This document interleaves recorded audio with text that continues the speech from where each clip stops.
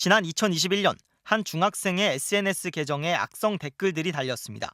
그만 나대라, 여우짓 좀 그만해라, 추하다는 인신 공격과 욕설들이었습니다. 경찰 수사 결과 댓글 작성자는 같은 반 친구였고 학교폭력위원회는 가해 학생에게 반을 옮기고 서면 사과하라고 결정했습니다. 그런데 바로 다음 날 이 가해 학생은 오히려 피해 학생이 자신을 때린 적이 있고 학폭위 결과를 소문내 정신적 고통을 주고 있다고 학교 측에 신고했습니다. 나도 당한 적 있다고 신고하기, 이른바 마폭 또는 쌍폭 만들기로 불리는데 일부 변호사들의 수법으로 알려져 있습니다. 학폭위에서 굉장히 사건이 복잡하게 보이고 결국 양쪽이 다 잘못했네 이렇게 보면은 둘 다 처분을 낮추거나 아예 처분을 안 하는 경우도 있거든요. 다시 열린 학폭위는 악성 댓글 피해 학생도 반을 옮기고 서면 사과하라고 결정했습니다. 1년 넘게 법정 다툼까지 벌인 끝에야 법원은 이 맞폭 친고 내용은 학교 폭력이 아니라고 판결했습니다. 피해 진술이 계속 바뀌는 데다 학폭위 처분을 받게 된 학생이 갑자기 문제를 제기한 점도 의심스럽다는 겁니다. 허술해 보이는 맞폭 만들기로 피해 학생만 1년 넘게 더 고통을 받은 셈입니다. 맞폭 만들기는 법률 비전문가들인 교사나 학폭위가 짧은 시간 사건을 파악해야 하는 허점을 노립니다. 우리 학생을 억울하게 매도하느냐로 얘기를 해가지고 돈 먹고 교사가 제대로 조사도 안 해갖고 이래서 피해자였는데 도리어 합의서를 쓴 그런 사건이 있었어요. 맞폭 만들기 이후에는 정순신 변호사 아들의 학교폭력 사건 대응처럼 시간 끌기가 다음 수순입니다.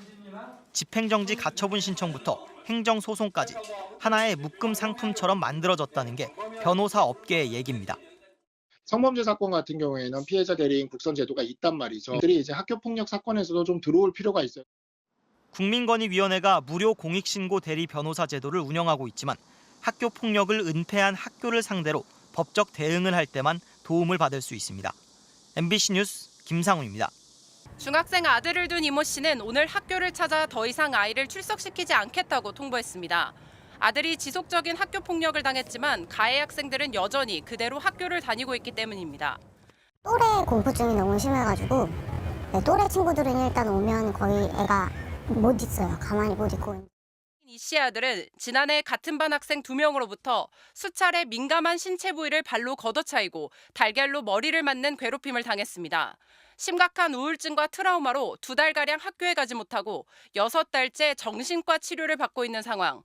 하지만 학교폭력대책위원회가 가해자들에게 내린 처분은 학생부에 기록도 되지 않는 서면 사과와 교내 봉사 5시간이 전부였습니다. 학폭 담당 선생님이랑 뵀었어요. 그래서 했던 말씀이 강제 전학이 나오려고 그러면 집단 성폭행 정도는 돼야 된다. 그렇게 말씀을 하셨어요. 초등학교 2학년 아들을 둔 하모 씨는 학교 폭력을 당한 아들을 지난해 다른 도시의 학교로 전학시켰습니다. 가해 학생들에게 학폭위가 내린 조치는 특별교육과 봉사활동뿐. 가해 학생의 아버지는 학부모 회장이 되기도 했습니다. 학부모 회장을 승인하는 게 교장이거든요. 교장이 그거를 승인을 하고 허락을 했다는 것은 학폭위가 가해자에게 전학이나 퇴학 같은 중징계를 내려도 가해자들은 교묘히 불이익을 피해갑니다. 국가수사본부장에서 낙마한 정순신 변호사의 아들은 학폭위의 강제 처분에도 징계 집행정지 신청과 재심 청구, 행정소송을 대법원까지 이어가며 시간을 끌었습니다. 결국 피해 학생은 학폭위 결정 이후에도 1년 이상 가해 학생과 함께 학교를 다니며 정신적인 고통을 겪어야 했습니다. 1심 소송 하나만 가지고 2년씩 끄는 경우도 있습니다. 소송전이 이어지는 동안 가해자가 학교를 졸업하면서 생활기록부 적시를 피하는 상황까지 적지 않게 발생하고 있습니다.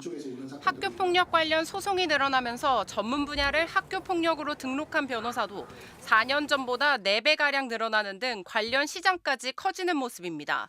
MBC 뉴스 박솔립입니다. 네, 그럼 법조팀 김상훈 기자와 함께 이 내용 조금 더 짚어보겠습니다. 자, 김 기자의 리포트를 앞서 보면서 학교 폭력에 대응하는 전문적인 변호사들이 있다는 것만으로도 굉장히 놀라웠거든요. 이런 경우에 변호사 비용이 얼마나 든다고 합니까? 네, 변호사들에게 정순신 변호사처럼 판사 출신 전관 변호사를 선임해서 3심까지 가려면 얼마나 드는지 물어봤는데요. 예. 학교폭력위원회 조치를 멈추는 가처분부터 본소송 1심, 2심, 3심까지 하려면 최소 3천만 원에서 5천만 원은 들 거라고 했습니다. 네. 만약 시간을 잘 끌어서 입시나 학생 기록부에 문제가 없도록 만들어주면 별도의 성공 보수를 준다고도 했습니다. 그렇군요. 이게 전관이 아닌 변호사도 수임료가 수백만 원은 될 테니까 일반 가정 입장에선 부담이 적지 않은 셈인데요. 가해 학생이 마폭으로 역공을 해오면 피해 학생도 법적 대응을 하면서 시간과 돈이 들어갈 수밖에 없습니다. 네, 피해 학생의 소송 때문에 오히려 더 고통을 받을 수밖에 없다는 부분이 가장 납득하기 힘든 대목인데 현직에 있는 변호사들 뭐가 좀 달라져야 한다고 말하던가요? 네, 법적으로 보장된 절차를 통해서 대응하는 걸 무조건 문제 삼을 수는 없을 겁니다. 예. 다만 입시 때문에 시간을 끌어서 2차 가해가 길어지는 건 문제라는 점 그렇죠. 변호사뿐 아니라 모두가 공감할 텐데요. 네. 시간을 끌지 못하게 각 법적 절차가 빨라져야 한다는 의견이 당연히 많았습니다. 최근 서울행정법원은 학교폭력 사건을 빨리 처리하기 위해 전담 재판부를 도입하기도 했습니다. 또 피해 학생이 역공을 받을 때 법적 대응에 도울 수 있게 국선 변호인 제도가 도입돼야 한다는 의견도 있었고요. 네. 학교 폭력을 친구들끼리 생긴 일로 보고 가해 학생에게 관대한 학교나 수사기관의 분위기도 문제라는 지적이 있었는데 조치가 적절히 내려지도록 각 법적 절차마다 피해 학생의 진술 기회를 반드시 줘야 한다. 이런 지적도 있었습니다. 네, 김상훈 기자 잘 들었습니다.